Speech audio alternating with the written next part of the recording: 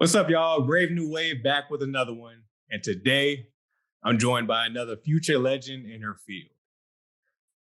Ladies and gentlemen, this woman is a model, modeling coach, entrepreneur, influencer, and on and on and on. It is my pleasure to introduce to you all today, Miss Chanelle Renee. Chanelle, how you doing? Hi, I'm doing fabulous. How are you today? I'm doing well. Glad to have you on the platform today. Thank you for having me. Anytime. The pleasure's all ours. So Chanelle, before we get into your current success, right? In the just the countless things that you do, and you do well. I do a lot. I want to take it back to the beginning, right? Let's take it back to Mississippi, where you're from. We're going way back. Okay, we're going way back. So yeah, let's take it back to Mississippi, the early modeling days, and just kind of what was the spark that brought you from Chanelle Renee back then to the Chanelle Renee, the boss that we know today? Oh gosh, okay. The spark that brought me here. So I was one of those kids growing up that always knew what I wanted to do. While everyone else was saying they want to be a firefighter, policeman, a nurse, the teacher asked me when I was in fifth grade what I wanted to be in about 10 years or so. I was like, I want to be a model. I want to be a model. So I've always was really confident in knowing what journey I wanted to go on, but it took a lot of courage for me to actually get into modeling. I didn't get into modeling until I graduated college. And at that time, I felt like I had the confidence enough to really just push myself forward and really try for this type of career. In Mississippi, I was like extremely hungry. I was so hungry because I knew coming from the South and coming from Mississippi, I already have like strikes against me. Nobody really take that area serious when it comes to creatives or people who want to get into the fashion industry. We're often overlooked. It's not many opportunities in the South, especially Mississippi, where people like me who want to get into fashion can have that opportunity to do that. It's not very many people doing it, So it took me to like really push myself and really try to make something out of myself and create a career out of something that was just invisible in that state. So fast forward to now, I've had so much experience of not just modeling, but working on the back end of the industry. And it just created this whole like model boss persona that I am now and I am today. So I'm really, really happy for my full journey. Awesome. I want to take it back right quick to something that you mentioned as far as like the Southern market in regards to modeling. I had Morgan Pete, one of the founders of Acadiana Fashion Week, on the other day, and we spoke about the sort of lack thereof that there is in regards to fashion and modeling in the Southern market, mainly like Louisiana, Mississippi, Texas, right? Alabama. Why is that, do you think? Because like I said to her, I feel like it's in the South, Louisiana especially, and that's not me being biased. I feel like that's a straight up fact that we have some of the most beautiful men and women on earth, because it's such a mixed bag of like cultural diversity. I mean, it's almost like a perfect recipe for what it is to be a model, right? Like physically, like just like striking, just like very unique looks. So why do you think that is, that with such uniqueness coming out of the South, it's super hard, if not impossible, to have a thriving modeling career where we are, to where we got to branch out and move somewhere else, to get that opportunity? I think it's because the South is known for the more industrial type of industries. So we're more known for like the everyday type of 9-to-5 working. And we're not really known to have like this really huge influence in fashion, which is kind of crazy because I agree with you 100%. Some of the most beautiful, creative, talented people come out of the South, seriously. And then they have to move on to a bigger market. But I honestly think it's just because like we are not setting our standards in making sure that we are staying in the South and creating those opportunities in the South. What happens is, unfortunately, like for myself, I felt like I need to leave the South if I'm going to do anything in the creative field, in the fashion field. I need to leave, not even just the modeling field. I just mean in general, because we're kind of stifled and we're kind of like crippled to really express this creativity in a very positive, open, freeing, acceptance type of way. So we have to leave. Unfortunately, that's how it is. I wish it wasn't like that. But a lot of times, a lot of the real creative, like geniuses, get out of the South and move to a bigger network market. Yeah, absolutely. Do you see that? Do you see that kind of changing, like just a little bit, especially in the social media era, right? Because, and I do want your opinion on this too, because this is a conversation I've had with a lot of photographers and designers and models, and I always get like different answers. I feel like nowadays the term model is like it's the meaning's changed, right? yeah, It's not like it was back in the 90s and early 2000s where like if you were a model you had to meet a certain criteria. Nowadays it seems like it's more the term is more open. Social media has given people more opportunities in regards to modeling because you have a fire setup, a nice camera, and your angles really well. You could post pictures on social media and be paid through different brands and everything like that as an ambassador and so on and so forth. And you don't necessarily have to move to these other places, these bigger markets. I mean, if you to get your career to a certain level, right? Like, of course, you have to move to like LA or like a Paris or New York, right? But in a lot of instances, a lot of people are just finding like kind of their own success at home. Do you feel like that's true in a way, or do you feel like it's a little bit more complicated than that still? Well, this is a really interesting question, more so because I am a model coach. So I coach like traditional type of runway posing, getting signed to an agency, how to network with photographers, the very traditional type of way that people will get into modeling. I kind of like help navigate people into that world. But with the social media age, literally anyone can be a model, because everyone is an influencer. Everyone has their own platform where they could create their own modeling business in a sense where they are marketing with brands and things like that. So what is the point of trying to get into an agency and, do it the traditional route when you really don't have to anymore? So I think like social media just kind of opened the game for so many people to be able to express themselves in the modeling world that wouldn't normally have the opportunity to do so.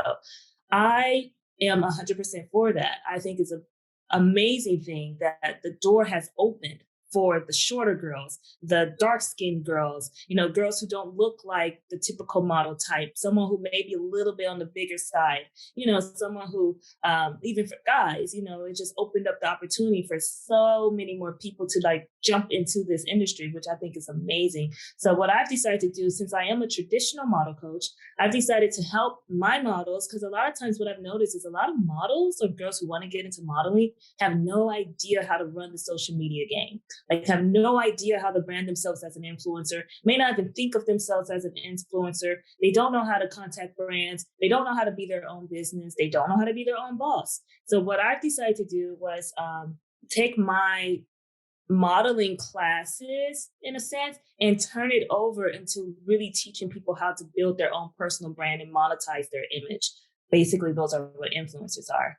Unfortunately, like as a model, we're not taught that. We're taught, oh, you have to go to this audition, you have to get signed, you have to like wait for them to call you back, you have to hopefully get booked for something, and that's how you work the brand. And it's not like that no more. And we don't have to worry about that no more. We don't have to do fucking jumping hoops to do all of that just to work with the brand. We can contact the social media manager and work directly with the brand and have them pay us directly instead of going through an agency, why not learn how to do both sides of the field? So what I'm doing now is I'm teaching people as I'm learning myself, because I wouldn't necessarily call myself an expert in it, but I'm learning too, coming from the modeling industry. How do models like myself or other people who want to get involved in modeling jump on the bandwagon for the social media game?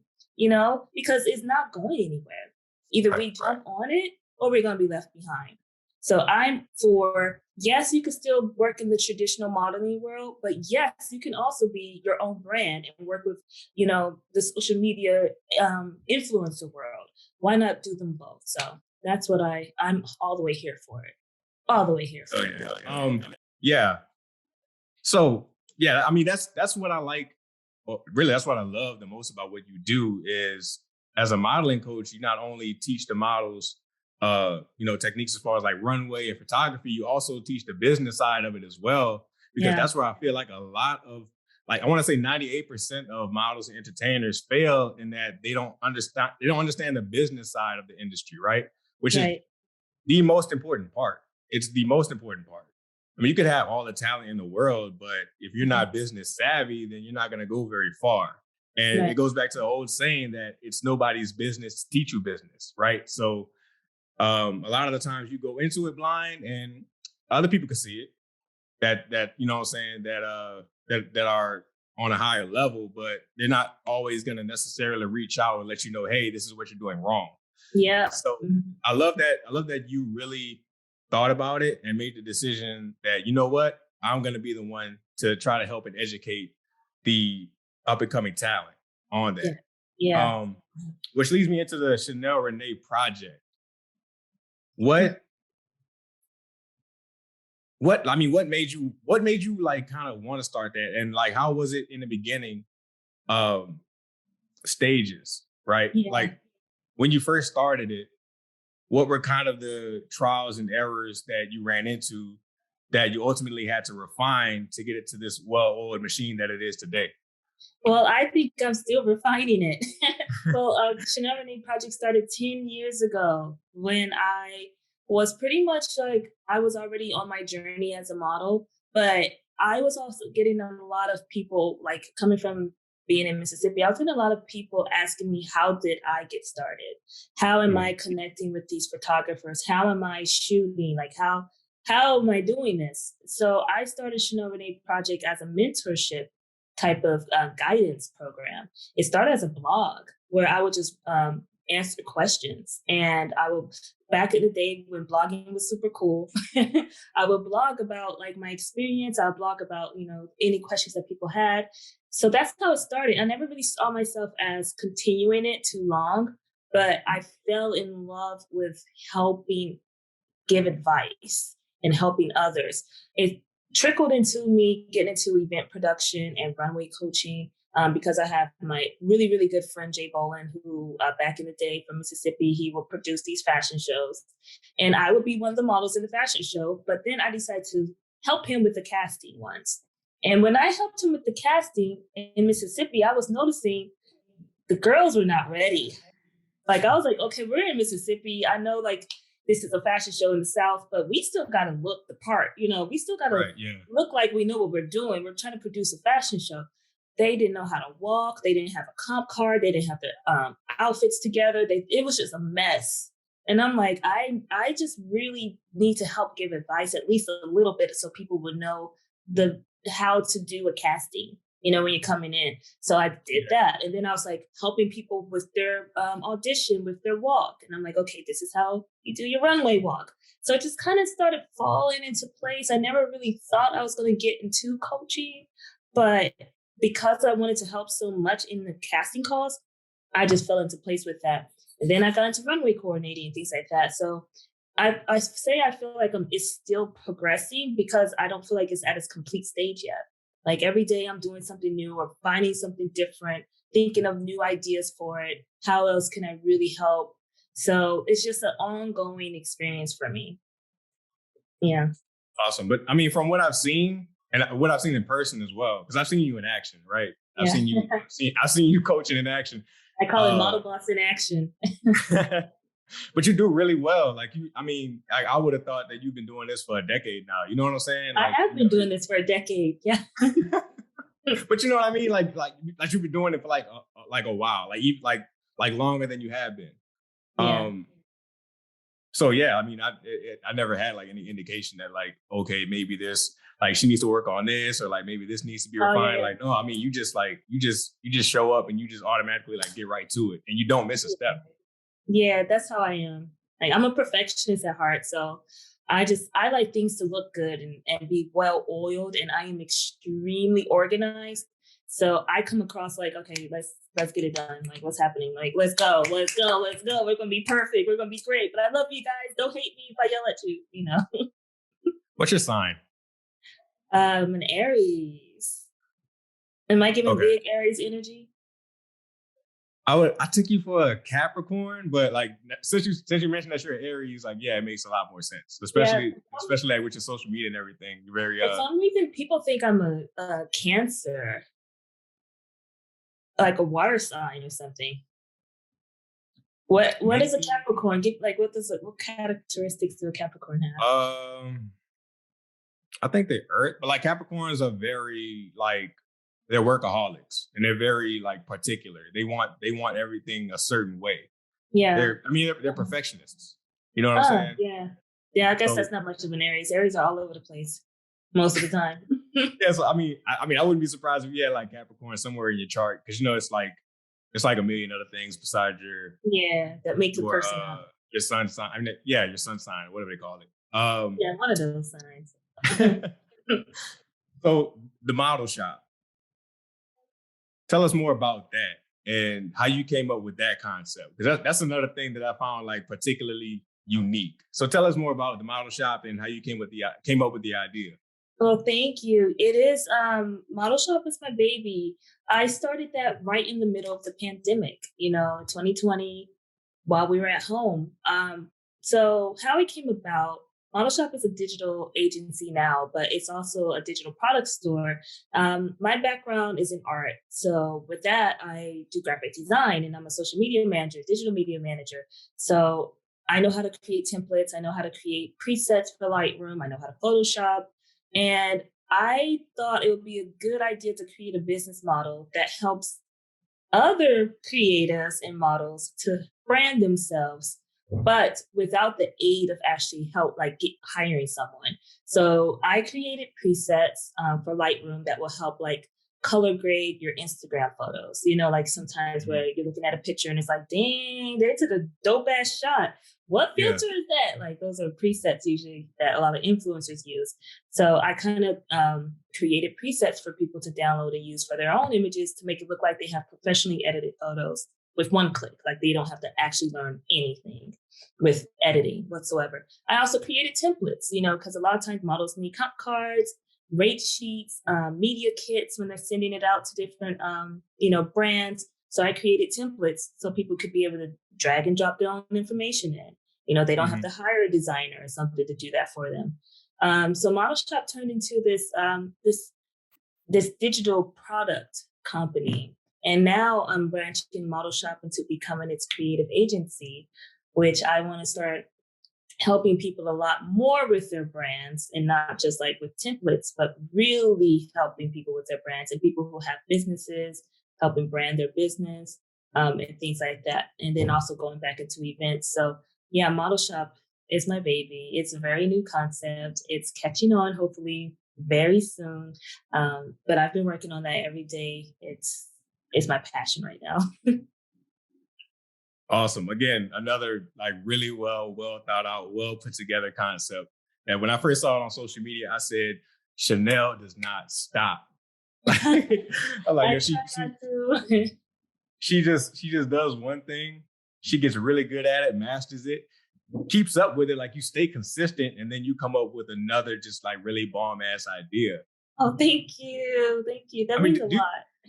do you even realize what you're doing in the moment? Like, do you realize like you are slowly creating history and breaking down barriers for the generation that's coming after? Or do you kind of just like do it and like you don't really think anything of it and it's just like, whatever, I'm just doing what I'm supposed to do? Or some people they're like, oh man, it's nothing, it's just a little 1 2, just a little, That's so like what funny. is that? So I always feel like I'm ahead of my game in a way. Like I feel like the ideas I come up with, maybe later on down the line, other people will catch on to it. For instance, like I started model coaching 10 years ago, before anyone really was getting into that. and now I'm seeing model coaches all over the place, which I think is beautiful. I love that. Even with Model Shop, it's like, this is a digital product for, it's a digital product store of what I'm creating. And I feel like later on down the line, people are going to be like, oh, well, they're going to start doing it too. So in a way, I kind of feel like I'm ahead of my time. And I've always felt that way. But I also really love seeing so many other people like getting involved and doing their own version of what they want to do, what their calling is. I believe we all have our callings, and whether we're influenced by another person or not, like we will go into that field. So I just feel like sometimes I don't know what I'm doing. I'm just kind of going with the flow. I just think of an idea and I'm like, okay, I'm just going to go with that and see how it goes. But I never sit back and think, oh, I want to find a way to create history. Let me do this. It's more like, I'm just going to do something and see what happens with it. That's a hell of a flex. She's just like, yo, you just like without thinking, just creating history. It's like, it's just like a thought, and then it's like, boom. I would hope so. I would love to get the keys to my city one day. It's like, hey, yeah, there she go. Give her the keys. Like, that's what I want. It'll happen. Remember, I said that in this interview. It'll happen. Okay, I will remember. I'm like, who called it? It's a full moon too, so you may have spoken something into existence. So you mentioned that you came up with the concept of the model shop during the pandemic. Speaking of the pandemic, I remember, was it a couple months ago that you caught COVID-19? Mm-hmm. I caught COVID last year. Wait, was it? Okay, yeah, last year. Which could have been a couple months. 2020. I caught COVID twice, actually. Oh, really? And they were both in April. Oh, wow. I caught it in 2020. Was it the same? Was it the same variant, or you caught OG COVID? I caught OG COVID in 2020, and in 2021 last year, I have no idea what that was. It was horrible. Okay, that's the one. That's the one I want to talk to you about, though, because I remember you were sick, and thankfully you recovered. And you made a post on Instagram saying how basically that whole experience kind of changed your perspective on life. Yeah, for sure. Can you talk to us more about that and like what exactly you learned from that experience? Well, so I'm gonna be honest, COVID's nothing to play with. Like, I know there's so many different variants, and I had friends that caught COVID and just lost their taste and smell. And when I caught it, I was like, oh, whatever. I'll just lose my taste and smell. I'll have a little cold. So I didn't think anything of it. But I literally had probably the worst experience through it. I couldn't breathe whatsoever. I literally felt like there was something on my chest the majority of the time. I kept passing out, just all of nowhere. I didn't get out of my bed. I felt extremely weak. So it literally felt like a slow death for the duration of how long I had COVID. I think it was 10 days. So during the time, the whole thing I keep thinking was how grateful I am to be alive and how grateful I am to even do the little things that I take for granted every single day.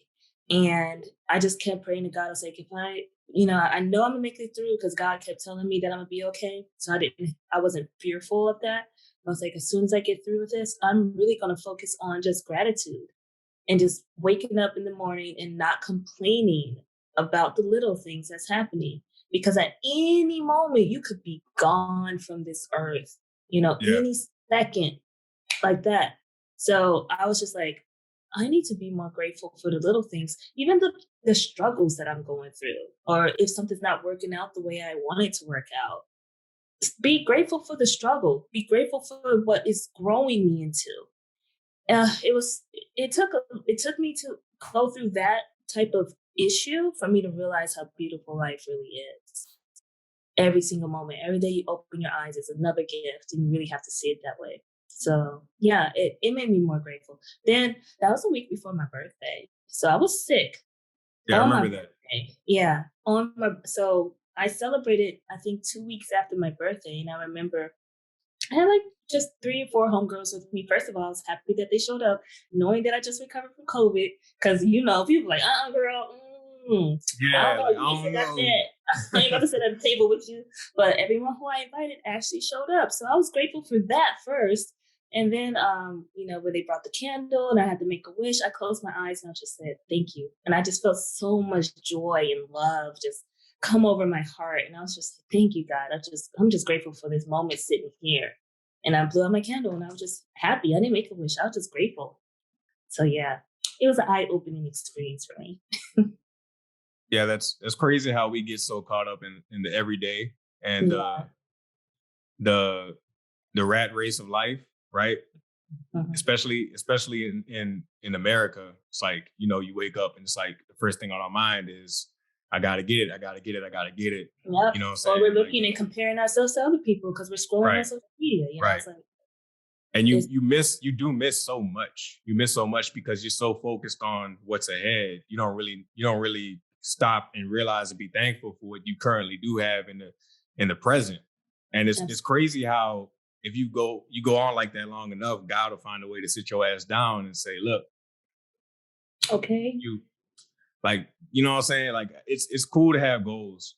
And I feel like everybody should strive to be successful, if not for themselves, for their families and for, their future generations to come. But also it's okay to sit down and look around and just smell the roses. Absolutely. You know what I'm saying? And we don't do that enough. We don't do that enough. No, we don't. No, we're too busy trying to go on to the next.